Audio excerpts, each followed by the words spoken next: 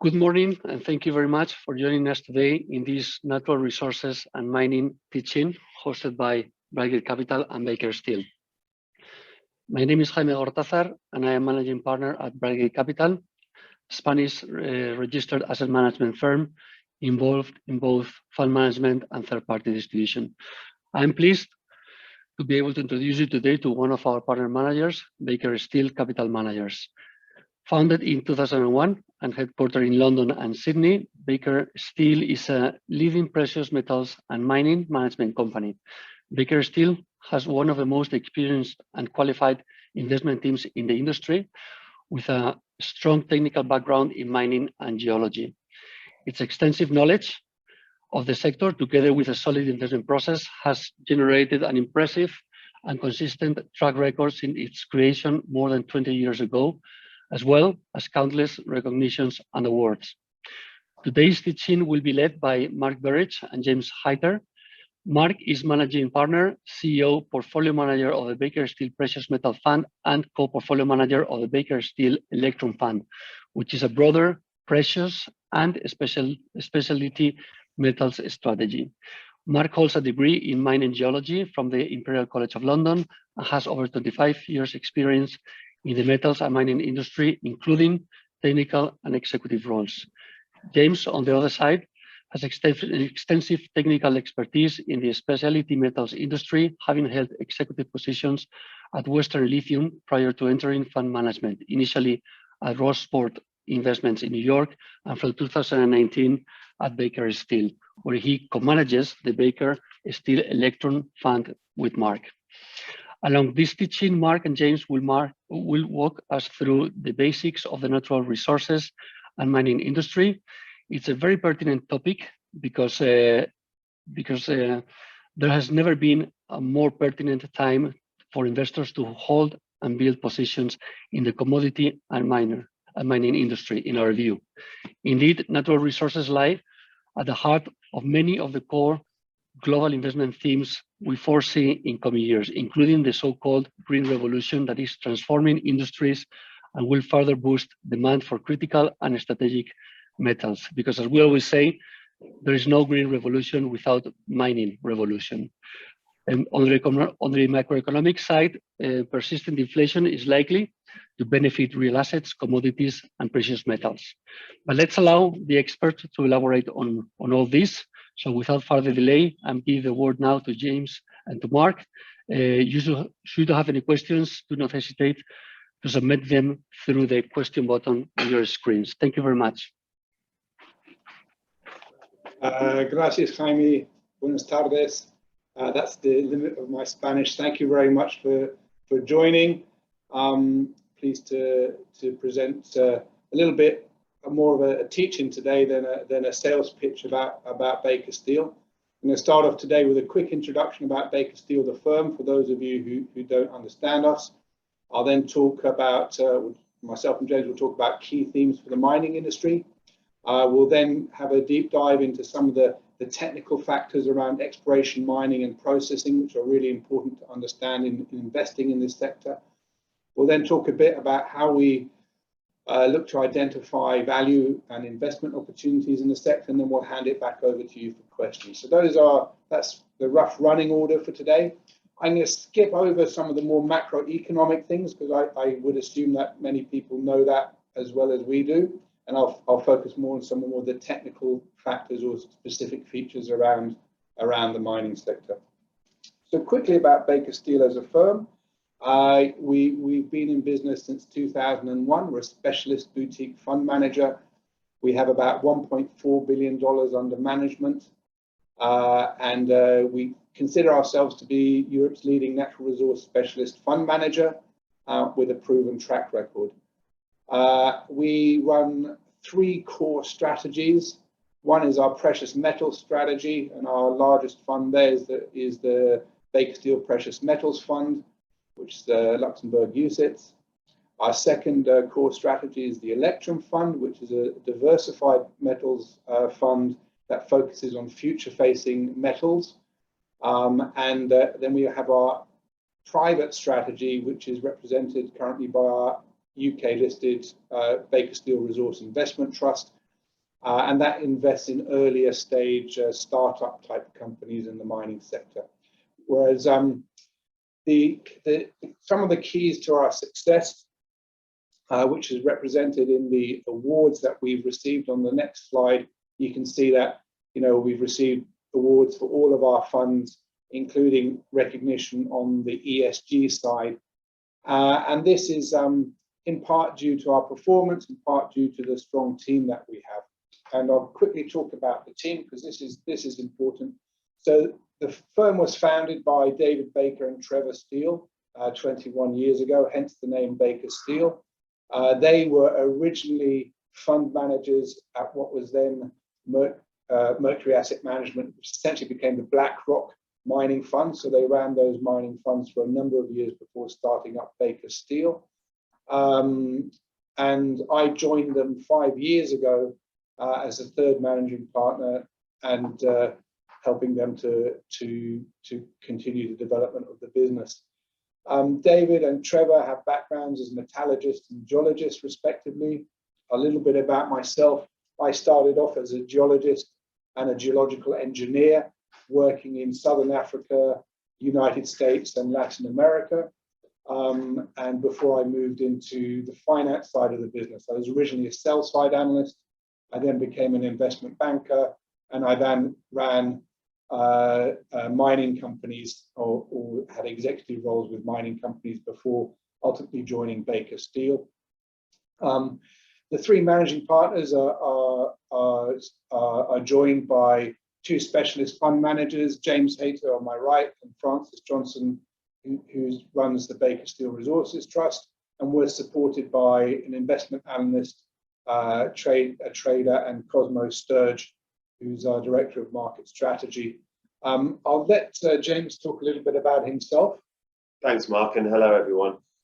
So I started in the specialty metals industry in about 2008. I was the first employee of what is now the Thacker Pass lithium mine in northern Nevada. Took that company through its initial IPO.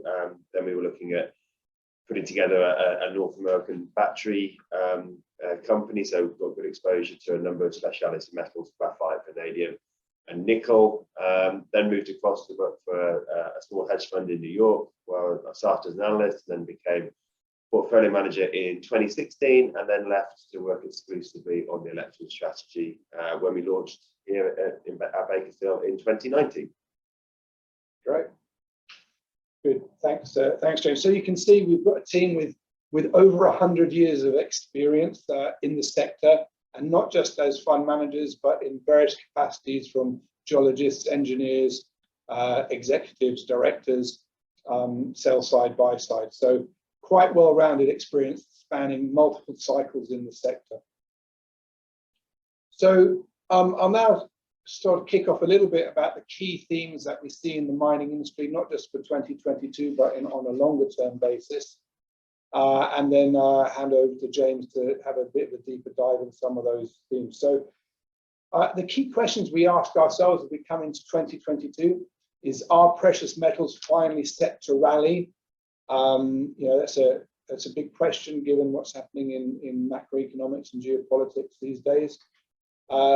We question, where are we in the new green commodity super cycle? Were the price rises we saw last year or is there a long way to go? And you know, impacting all of us is, how is the interplay between inflation rates and geopolitics going to impact miners as a whole, not just in terms of underlying commodity prices, but how they can run their businesses and the risks associated with that. These key questions fit into our big themes that we consider for the next decade. So the first big theme for us is recovery from COVID. So recovery from COVID is going to see unprecedented levels of government spending, borrowing and monetary stimulus to try and get economies kick-started.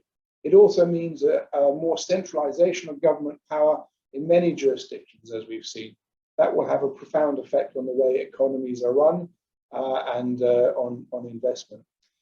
We expect we'll see a return to wealth creation, driven not just by this massive government investing, but also by continued relentless rapid development of new technologies new technologies, particularly related to the green energy revolution, but also in terms of other technologies such as aerospace, Internet of Things, robotics, artificial intelligence, etc. At the same time, it is absolutely clear and important the world is going through a fundamental change in terms of environmental and climate perceptions. We've seen a huge acceleration of targets and commitment to cut carbon emissions and be more responsible in other aspects of environmental and social issues. And so this is going to be driven by multiple sources. We're going to see new technologies helping drive it. We're going to see government legislation and stimulus helping it. And we're going to see consumer demand driving that as well. However, while all these relatively positive things are happening, we also got to recognize there are a number of economic and social imbalances that exist, and those create risks and problems. They indirectly create geopolitical problems such as we're seeing right now, and they create tensions between countries. And so we think that as we develop an investment strategy to take advantage of the first three themes, we also need to be cognizant of the economic, social, and geopolitical risks that are associated with this transition that the world is going through, and we need to be aware of that. So these are the big themes for us. Now, looking at more granularly, what does that mean? We're in a transformation. James will talk about this a lot more. Here, what we've done is just plotted a very simple chart that shows the demise of coal in terms of the size of the market expected over the next few decades, and the massive increase in demand we're going to see for other specialty metals such as lithium, nickel, and cobalt. So that's a really important underlying theme, and you can't underestimate the extent to which this revolution will take place. The timing may be in question, but it is a profound change in the materials that go into the industrial makeup of the global economy going forward. At the same time, we're on the cusp of this revolution. We're seeing historically undervalued mining companies. We're seeing huge potential growth in terms of volume and prices for these companies, yet they're priced at ridiculously low levels compared to other sectors. So we've got a sector that's providing incremental growth, providing dividends, and has strong margins, yet is trading on multiples lower than other sectors, despite the fact its margins are higher, and despite even growing to historic highs, let alone potential future highs, represent a significant upside opportunity. So we're really excited about the mining sector right now. Fundamental changes in macroeconomics and the industrial base of the world are going to create a profound opportunity for investing in mining. At the same time, the mining stocks are hugely undervalued compared to their potential to take advantage of these trends. So I've been in this business for a portion of those 100 years, 30 years, as kindly said. So has James. We've never seen such enormous potential in the sector. So with that, I'll hand over to James to talk in a bit more detail about the new green commodity super cycle and some of the features of that. Thanks, Mark. I haven't quite made 30 years yet, but it's coming pretty fast. So yeah, it won't be too long. The question we pose here is, are we at the start of a new commodity super cycle? So I think it's worth taking a step back and looking at what really drives commodity super cycles. And there are two big factors. Firstly, an increase in the wealth of lower income groups, and secondly, a higher level of infrastructure spending. Now, the point around the increased wealth of lower income groups is pretty intuitive when you consider that commodities are ultimately physical, not financial markets. Therefore, the top 5% of earners can't consume multiples of the commodities that the bottom 50% of earners consume. And in that way, it becomes obvious to you that they can't affect the price in the same way that they can financial assets. So during the 1990s and early 2000s, the last Chinese-led commodity super cycle, about 400 million people came out of poverty during that time. And those people thanked people a lot of stuff. And that was a big driver for the increased demand and price that we saw in a number of commodities. Now, to achieve that remarkable piece of social engineering, the Chinese had to spend around $10 trillion capex. Quite obviously, if you start building more homes, more railways, more bridges, more airports, you need a lot of steel and steel inputs. So the major one of those are coal and iron ore.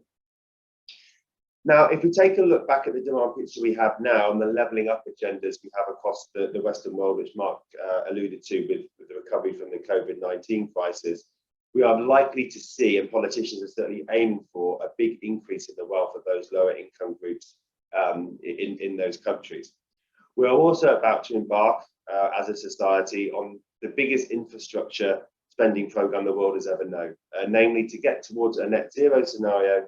It is estimated that we have to spend about $15 trillion over the next decade, and then another $30 trillion a decade after. So inflation adjusted, that's about 3 times what the Chinese spent during the last commodity super cycle. The difference this time in that capex spending, we're not going to be building bridges, buildings and railways. We are going to need to build electric cars, solar panels, wind turbines and grid scale batteries, to name a few. To do that, you obviously need very different commodities, and our fund, the Electrum fund, invests in companies that produce these building blocks, and we'll go into some detail on those specific commodities a little bit later on. Now, in terms of our sector overall, Mark talked about the undervaluation of the mining companies, and it's true. Our sector is incredibly underinvested globally, due, I think, perhaps to a combination of ESG concerns, which we will talk about in some detail later, and also value destructive M&A at the last cycle peak. I think has a lot to do with this. Also, as genuine value assets, that they have also been overlooked in favour of growth stocks for much of the last decade. But as interest rates begin to rise a lot around the world, and there is a degree of rotation back into value from growth, then the mining sector is set to be a huge beneficiary of that. The other point that this chart illustrates is just how small our sector is. So if 2% of global assets were allocated to the mining sector, which we think is in an entirely reasonable scenario, you can see a massive run up in the prices of the sector overall, and obviously the stock prices of the producing companies as well. On a more granular level still, the commodities that we just talked about that are needed to build out these green technologies, they're a tiny portion of the overall commodity market. So probably the easy example to give you, the lithium mining industry in total, despite a huge run up last year, is still under $100 billion in total, and despite a big run up in prices, only generates around $6 billion in revenue per year. So these are very, very small markets that are undergoing a massive transformation. So we're talking about EVs, and that's really been the first shoe to drop in terms of these green technologies really becoming mainstream and getting towards mass adoption. Lithium is the most levered commodity to the EV story, but it's not the only one. And indeed, it just in terms of a lithium-ion battery, it's often overlooked that there was twice as much graphite than lithium in a lithium-ion battery. To make EVs work, you also need a number of other commodities, some of which we detail here. Aluminium is another big beneficiary because EVs have to be lighter, and aluminium being a lot lighter than steel, we're seeing a big rise in the demand for aluminium going forward as well. But it's not just about EVs. There are a number of green technologies that will require a number of different metals to enable their production. You can read the list yourselves, but I think what becomes very obvious when you go down this list is that if you're looking for a new oil, so to speak, it's really copper. You can't electrify the world, which you need to do to decarbonize, without a huge amount of copper, and we really need to bring on a lot of copper quite quickly. And quite frankly, for various reasons, we're going to struggle to do that. So really, copper does look an incredibly attractive area longer term, as do a number of these commodities. If I could just leave you with one chart, which perhaps explains the opportunity that we're seeing in this sector, it's this one. The chart on the left details demand forecasts from the World Bank pre-COVID. And this was round about where consensus was for where these markets were heading. So again, you can read the chart yourself, but we were looking at a 5-fold increase in graphite and lithium demand out to 2050. So these markets were exciting. People could see how they can make money, but there wasn't a huge sense of urgency that they had to get in now. Post-COVID and the trillions that we've had spent and promised on enabling these green technologies and decarbonisation, consensus has moved rapidly forward, and the IEA report of last year, it gives us some sense of that. They're forecasting a 42-fold increase in lithium demand out to 2040, so 10 years earlier, and a 25-fold increase in graphite demand. And again, you can see the numbers yourself. So really what I'm trying to say is that COVID has led to a complete transformation in these demand forecasts moving out. And that's why we think this area is such an exciting place to be. We're going to have to find a lot. We're going to have to find a lot of these metals and commodities, not just copper, and it's going to be challenging in many areas. Some of them are very geographically concentrated, and we've been exploring them for a long time. So nickel's an example. It's quite difficult to find substantial nickel deposits of any size, and some have just been underexplored because they've been very small markets. So we haven't really gone out and looked for lithium mines until very recently, or lithium deposits until very recently. We haven't really gone out and looked for graphite mines until very recently. And this presents, it's going to be, we're going to have to be incentivized, and the industry is going to have to incentivize to go and find them and to bring them into production. But I think that's something that we can do. But again, we're going to have to come together as an industry and work towards that. It's not just going to be about finding the deposits and bringing the mines on. We also need to reorganize how the supply chains work. In many of these specialty metals, there are big bottlenecks, and there are a huge reliance on China for the intermediate processing steps. So the most obvious example I can give you, there is not one natural graphite processor of any size and scale outside of China. So at the moment, the entire electrification of the automobile is completely reliant on the Chinese still being prepared to process the world's natural graphite and send it out. Clearly, that's not a sustainable situation, and these supply chains are a lot more fragile than I think people were aware of pre-COVID. And that shift from just in time supply chains to just in case supply chains is certainly paying out with bigger premiums being paid to a number of the non-Chinese suppliers as car OEMs and others look to secure supply for the longer term.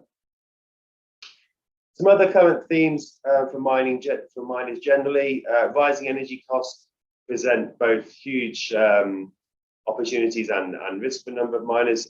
And again, an example of where the opportunity might exist. Aluminium, you can think of as solid energy. Over 6% of the cost or more are typically energy related. For those producers which either have fixed energy costs or produce their own power versus hydropower, they've seen a massive expansion in margins over the last year or so. Carbon taxes, we think, will have a similar impact. Again, that's a similar example in terms of aluminium producers which produce very low carbon aluminium will seek to benefit. This will benefit disproportionately as well. And overall, there's a huge need for capital investment in this sector to bring on the raw material, and also to diversify and secure supply chains. And that's going to take a huge effort from all concerned, and particularly around the end user being prepared to come and give guaranteed offtakes with price and volume, which we're just now starting to see. So it's a very high level overview, but I hope I've given you a quick introduction as to why we think mining is such an exciting area to be right now. And just in terms of, sorry, I just pushed ahead there. In terms of the subsector breakdown here, this gives you a very an example of the breakdown of the commodities that we invest in the Electrum fund. And obviously, we'll leave some time for questions at the end, and we're happy to talk in more detail about any of these particular commodities and their uses. But now I'll hand back to Mark to talk about precious metals. Thanks, James. So you can see there's a lot of new metals and new uses for old metals as part of this green energy revolution. But I'm going to come now to talk about the oldest metals, which have been with us for thousands of years and have sort of been, gold was the original specialty metal, future-facing metal. It was used and was deeply embedded in human psychology for millennia, and it is a key part, not just in terms of its use in electronic circuits and critical technology applications, as is silver, for example, but also, a key real asset in the sense that it is really the #1 real financial asset in the world, which in these days of macroeconomic uncertainty, geopolitical uncertainty, we think still has just as relevant a role as it has had for centuries. So what do we think about gold? Why do we think that gold is poised for another leg up? Well, first of all, just looking at historic gold recovery cycles, we're only up about 75% since the last low point, whereas historically we've seen 2, 3, 4 times as much in terms of the gold price recovery from that low point to the high point. And that is before we even take into consideration that the macroeconomic factors out there unprecedented for decades. We see low to negative real interest rates persisting. Yes, rate hikes are being talked about, but it's absolutely clear that those aren't going to keep up with inflation, and real rates are going to remain low to negative. That's driven by inflation, which in turn is driven by these historic levels of economic stimulus, which is driven by debt, money printing. Gold's value as a risk diversifier is still very true. It's, again, we live in a world now where geopolitical tectonic plates, to use a geological term, are shifting with the emergence of China and Russia defending its relevance. And ultimately, we've got to remember that the #1 driver for gold, though, is wealth creation. As people are lifted from poverty to middle classes, or people move into the investor class, money flows into gold, either as investment or as jewelry. And we say that's why we say gold has 3 different drivers to it. And that's why gold is not necessarily correlated at any one time with any one factor. And what makes gold a very good portfolio diversifier. Because sometimes, as we've seen recently, the fear trade drives it. Fear over geopolitics, fear over inflation. Then the greed trade drives it. As gold rallies and people want to jump on board, it rises. And then finally, the love trade drives it, which is when we get economic growth, more people having disposable income, and more people buying gold jewelry or investing in gold as a portfolio hedge. So that's really the drivers for gold, and we think there are many legs to go in this gold recovery cycle. We're looking at historic gold versus commodity trends. We're extreme lows. So gold sometimes leads the way and sometimes trails away. And we think now that gold is at one of its key inflection turning points in terms of its relative strength. The start of the US interest rate cycle could be a potential catalyst. It certainly was in the last rate hike cycle. The first rate hike represented the low point for gold. We've talked about some of these other factors in terms of money supply. And we move on to this question: are we in a period of higher inflation? We can't help but think that we are in a period of higher inflation. We're seeing it in the prices of things that we buy every single day. We're seeing it in the official statistics. And, unfortunately or fortunately, it suits central banks and politicians to let inflation run, because we can inflate away the debt problem, we can inflate away the imbalances that exist. So, I think that the shift that we've seen from inflation capping by central banks to inflation averaging by central banks, led by the Fed, is going to be profound now. So what it means is, as long as inflation averages 2 or 2.5% over a cycle, it means they can let inflation run for longer periods of time to higher levels. And I think that as soon as the rate hike cycle starts, and the reality sets in as to what the limitations of that right price cycle are going to be, I think we're going to start seeing the turnaround point for precious metals. So that's enough about macroeconomics for now. We've just highlighted on this chart a few of the relationships between real interest rates and gold. What we can see is in environments where we see low to negative real interest rates, we see double-digit appreciation annually averaged for gold prices over those periods of time. So we think we're heading for one of those periods of time. Of course, it won't be a straight line. You know, gold prices will go up and down, so it will be a two-step forward, one-step back type approach to the gold recovery cycle, as it is for many commodities. But we think it's the backdrop is quite interesting. But that's enough about macroeconomics. You listen to that and hear about that all the time in your jobs. Let's talk about exploration, mining, and processing. This is the exciting stuff, and this is really at the heart of what we do, because this is where getting it right and getting it wrong makes a huge difference to our investment returns and the risks and the opportunities associated with that. So I'm going to talk a little bit about the life cycle of a mine. Hand over to James a little bit later on to talk about some of the details around this.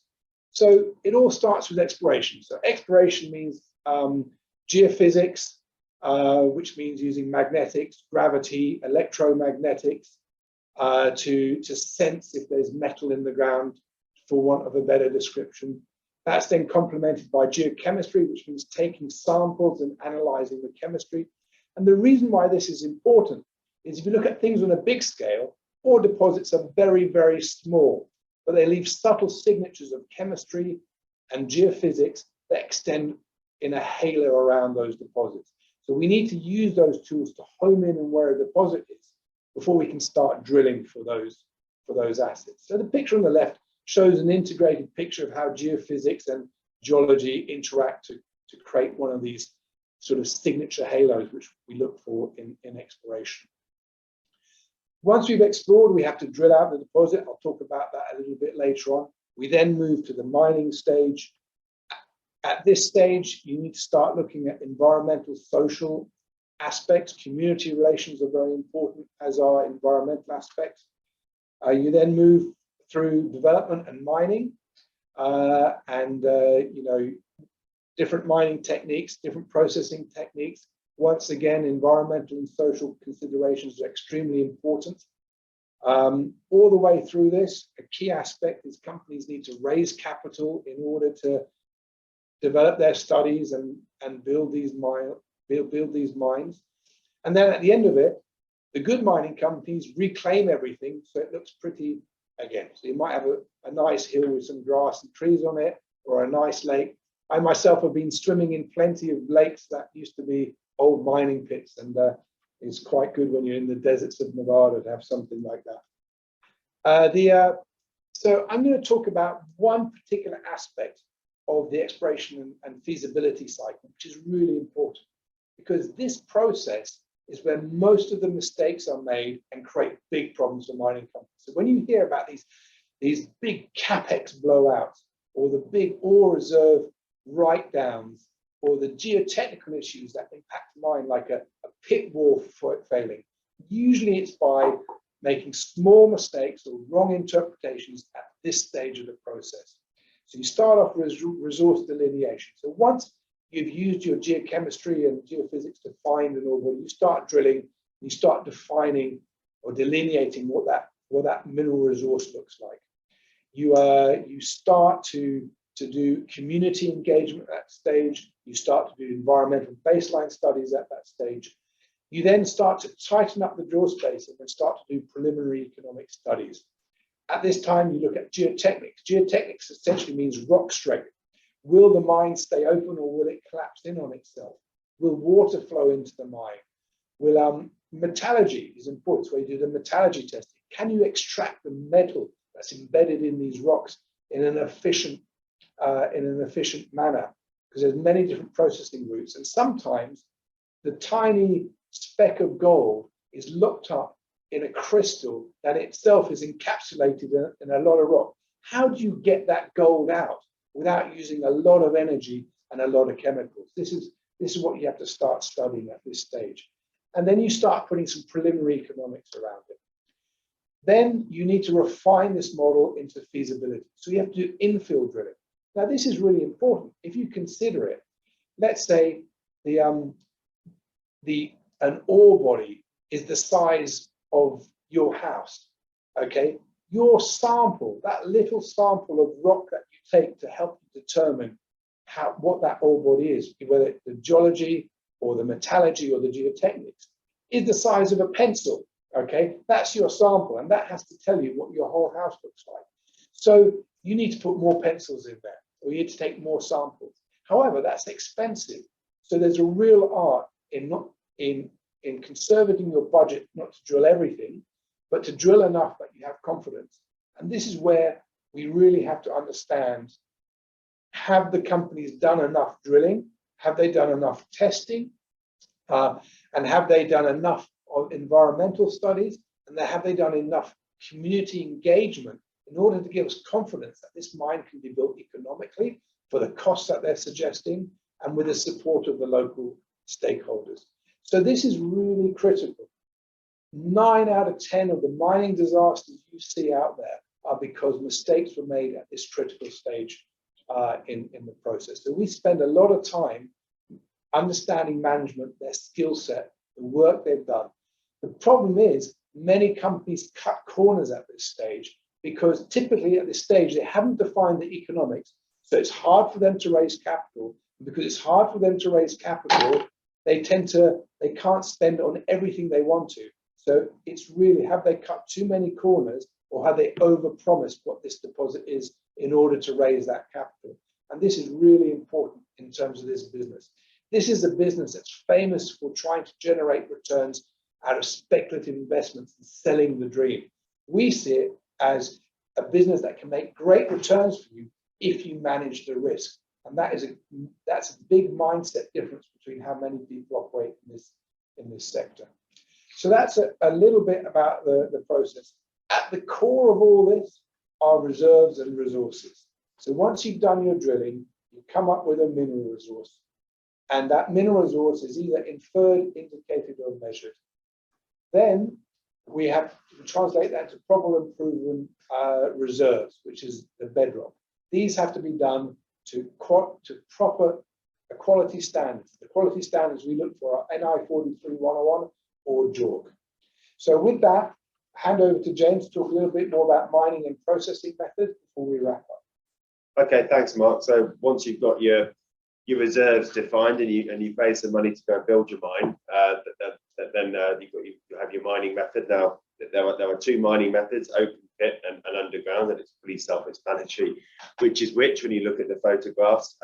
Open pit tends to be less technically challenging, generally easier, lower cost per ton, but you have to move a lot more. You have to move a lot more tons, and that's you can see the reasons why when you look at this schematic on the left hand side here. You've got to move a lot of waste to get to your ore, and on the right hand side you can see that underground mines typically more technically challenging, higher cost per ton, but you have to move less tons because you can be a lot more selective in the rock that you're taking out of the ground. What that means is that typically open pit mines operate with a lower grade and underground mines with a higher grade. Go through some of the characteristics of the open pit there. That's a photograph from a few years ago in Kyrgyzstan, I think. Just as we go and do our due diligence on these mines, and you can read the characteristics yourself. And that strip ratio is a particular area to pay attention to. That details the amount of waste that you have to move to get to one ton of ore. In terms of the underground characteristics, again, more technically challenging, more hazards, generally more dangerous, and a higher unit cost. So it costs you more per ton, and those costs on a unit basis increase the more selectively that you're mining. Your choice of underground mining methods will be dictated to by the particular ore body and how that is shaped, and how narrow or how it's orientated, how tabular it is will dictate on that mining method, and that can make a huge difference to the economics of the project. And again, to Mark's point earlier on, if you haven't done enough drilling or you've misunderstood the nature of the ore body, you might well select the wrong mining method. You might go in there, build out the infrastructure, just find that it's not appropriate at all for the ore body that you're actually trying to mine. You might go in there with a bulk mining method, and the veins might be a lot more scattered and narrow, and you're taking out a huge amount of waste that you weren't allowing for. Once you've got the rock out of the ground, you need to process it. I think Mark gave a very good example around the gold and being encapsulated. Again, this will be dictated to by the nature of the deposit itself. There are a variety of processing methods. Particularly what we found recently as well, for companies getting the crushing wrong, underestimating how much crushing is actually going to be needed. That's a big capex as well as operating cost item. So the temptation is to skimp on that, but it presents huge problems for the company if they get that wrong. It's a lot harder and more expensive to retrofit a processing facility or mill to put in an extra crushing circuit than to do it right first time. So it always pays to really do that work both on the deposit itself and on the processing to make sure you get it right first time, because it's a lot harder to retrofit these things. And that really comes down to where mistakes happen, and commissioning is the final hurdle to production, and it's where a lot of where we can add a lot of value as active managers. As Mark said, we've all been in this industry a long time. We've seen some mines work tremendously and ramp up really well. We've also seen the reverse, and a number of mines really struggle to ramp up. And Mark talked about the financing of these operations. They don't go from 0 to 100 overnight. They typically take at least 3 months and sometimes up to a year to ramp up towards that production. And that presents a huge working capital challenge, particularly around when companies are producing concentrate and they've got to wait a further 3 to 6 months before they actually receive the cash in some cases as well from their customers. So if you get the commissioning wrong, you can find companies really get squeezed for cash during that period. So it's a vital period for us to invest in as active managers, and what we find is that companies often get this wrong, and it presents opportunities for us. I talked about ESG being an area where the mining sector has been weak in the past, and it had led to a negative perception in many people's minds around the sector. And quite honestly, the mining sector has done a bad job historically in promoting itself in this regard. I think ESG issues are always front and center to running a mine. If the biggest problems mining companies have are either they've got the geology wrong, like Mark said, or they get an ESG issue wrong. So mining companies should always be talking to the local communities. They should always been actively engaged with their workers in unions. They should always be looking at their emissions.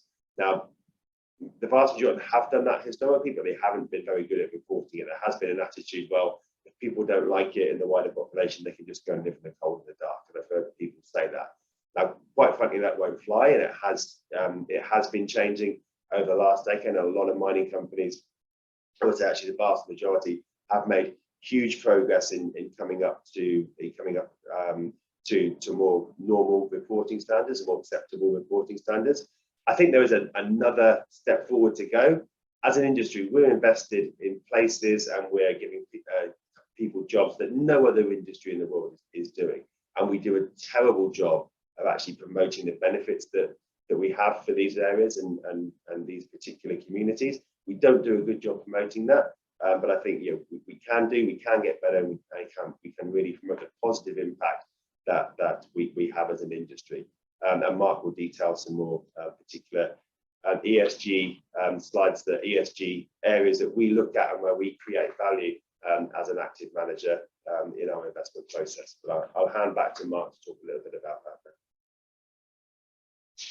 Great, thanks, James. And I'll really quickly talk about how we take all of that geological, engineering, technical and industry experience into identifying and valuing investment opportunities. Just quickly, before I do that, just just another quick slide that highlights the undervaluation of the sector.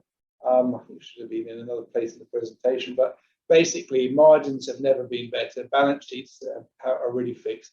Dividend yields are really high in the sector right now. And if we look at the potential returns in previous rallies compared to where we are now, we can see it's pretty significant. And the companies are performing very well. So here's the thing, right? So how we look at the sector is that what we want to do, it sounds very obvious, but it isn't when you look at the details. We want to find companies that have got high quality assets, have good management, that are trading at good value.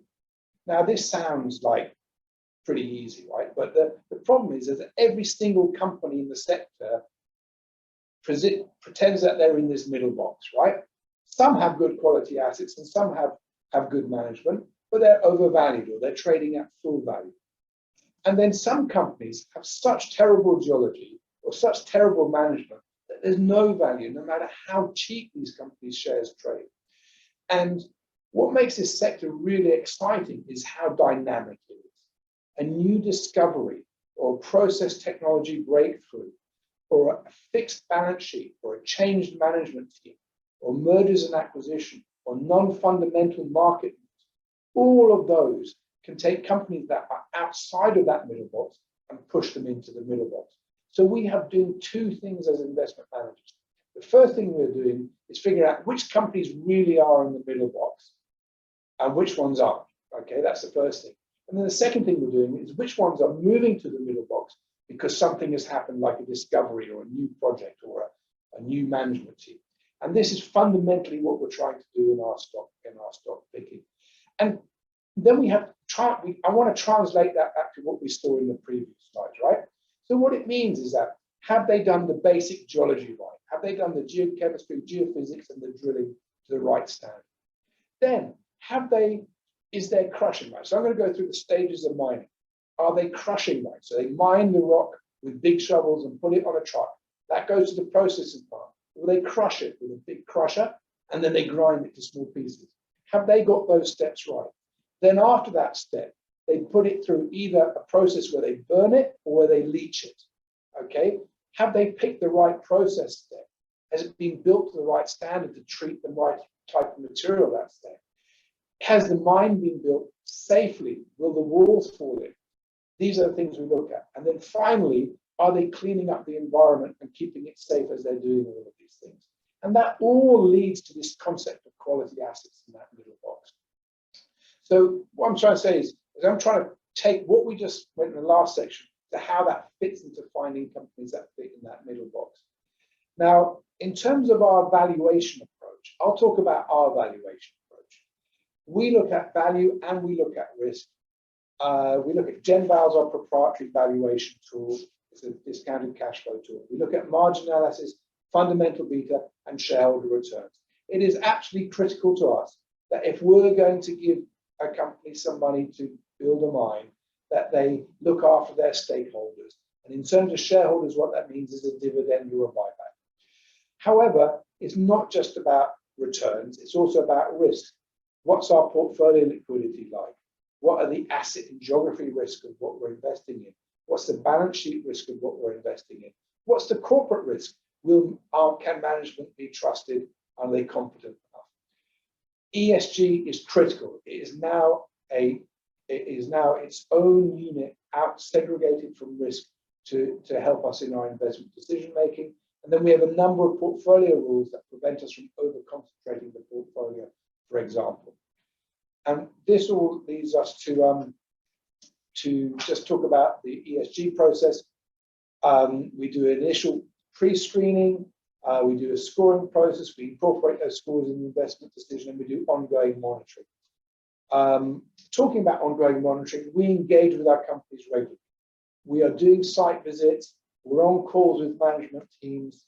We do this regularly. We meet with management teams typically between 6 to 12 times a year, and we visited most of the major operations of most of the companies in our portfolio in person. And we engage not just on ESG, but all of these important technical issues that we talked about as well. So in conclusion, and to give everybody a few minutes for questions, we think that commodities are undervalued. We think that commodities are posed to rebound. We think that miners are one of the few equity sectors that offers value, dividends, and growth.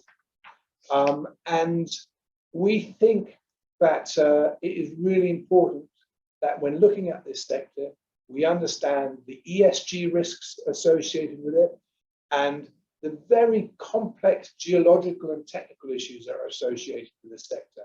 And that's why this is one of the few sectors where active management can really support looking at it, as I hope you've understood.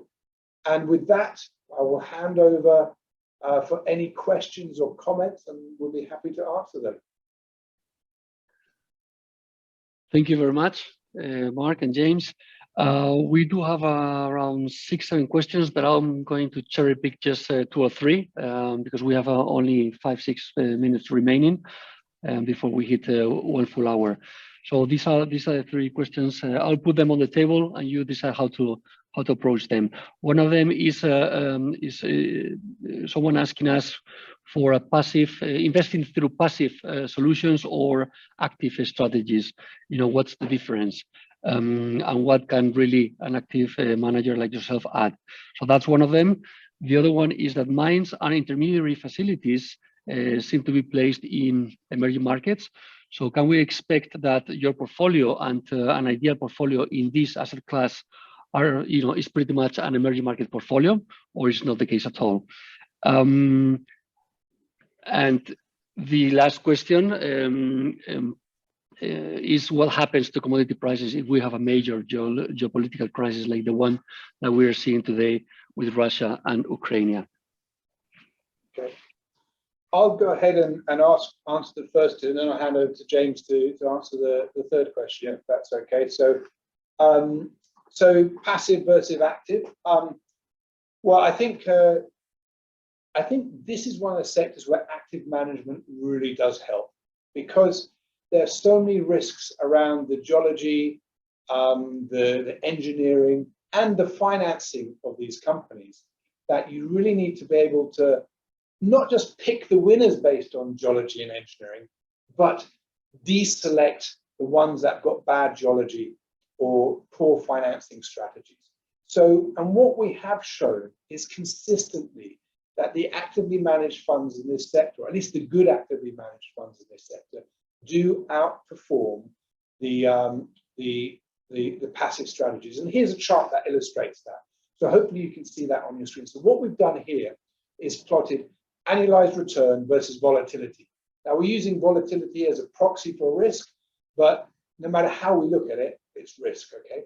What we see is that the actively managed portfolios in this sector tend to exist along this line, where basically they get better returns than the passive strategies, but at lower volatilities, i.e. at lower risk.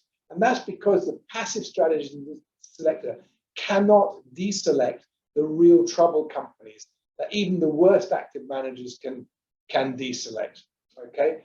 So that's the first thing. So definitely we have found, particularly for our fund, of course, where we actually, not only do we generate better returns than passive strategies, but we also generate those better returns without taking on more risk, which is what some of the other funds in the sector do. So we definitely think that active management is the way to go. And that's just on a stock selection basis. If we think about the Electrum fund and the thing that we have a macro top down there, where we have to play off lithium versus copper versus cobalt, and what the individual supply and demand around those might be at any one point in time, there's even a stronger argument for active management, because you don't know whether to buy lithium today or nickel today, when to sell one or buy the other, which stocks are relatively cheap in lithium versus relatively cheap in nickel. So this really, you know, plays into the role of active management. And then finally, you throw ESG on top of that. And if you don't want to rely on third-party data providers that have never been to a mine to provide the ESG data, you really want to dig beneath the surface of who really is doing a good job at ESG, then that's the third reason that active management really makes the difference. So I think that's the first question. Hopefully that answers that. The second question is geography. So yes, a lot of mines are in emerging market jurisdictions, but as we saw on the chart, there's a lot of mines in Canada, the US, and Australia, and there's some mines in Europe, which I wouldn't, which you could regard as politically safer jurisdictions. How we manage that geographical risk? Now, here's you just brought up a chart that shows. So basically, about 30% of our portfolios are typically globally diversified producers that have companies across numerous jurisdictions. About a quarter is in North America, about 20% in Australia, and the balance in I guess what you call emerging markets. However, we have a really good approach for managing that emerging market risk. What we do is first of all, we put in a higher discount rate for individual countries based on the risk of that country. And then secondly, what we do is we put an overall portfolio cap. So typically an emerging market, a risky emerging market would have no more than 10% allocated to it. And in most cases, no more than 5% allocated to it. So we manage that emerging market risk as best as we can by not over concentrating in any one particular country. And also remembering that we have significant investment opportunities in Australia, the US, the Canada, and to a lesser extent, Europe anyway. So that answers the first two questions, and over to James to answer the third question. Great, and we can talk about this for a long time, but I'm very aware we're really tight on time. So, what commodities are most impacted by potential sanctions in Russia or the situation there? Most directly affected commodities, nickel and palladium. Russia produces an awful lot of nickel and palladium, particularly class 1 nickel, which again we could go into, but it's important, that distinction. The next sort of step down is related to the really high energy intensive commodities. So that's aluminium and fertilizer. So as energy prices spike, those commodities tend to spike as well, and we've seen that over the last year. And I would say another step down from that would be geopolitical tensions. Increase generally tends to be good for precious metals as safe haven assets. And again, we've seen gold and silver perform well as geopolitical tensions have risen over the last 2 to 3 weeks, as we would expect them to. So I hope that gives you a high level overview. I'm very happy to answer more detailed questions, but I don't want to overstay the hour. Okay, thank you very much. With this, we are hitting an hour just now. So with this, the webinar comes to an end. Thank you very much, Baker Steel, Mark, James, for your time, and thank you very much, of course, to the audience for attending the event today. Any additional questions? Do not hesitate to submit them to us, to Brightgate, Baker Steel, and hope to see you soon. Thank you very much, everyone. Great, thank you very much. Thank you, guys.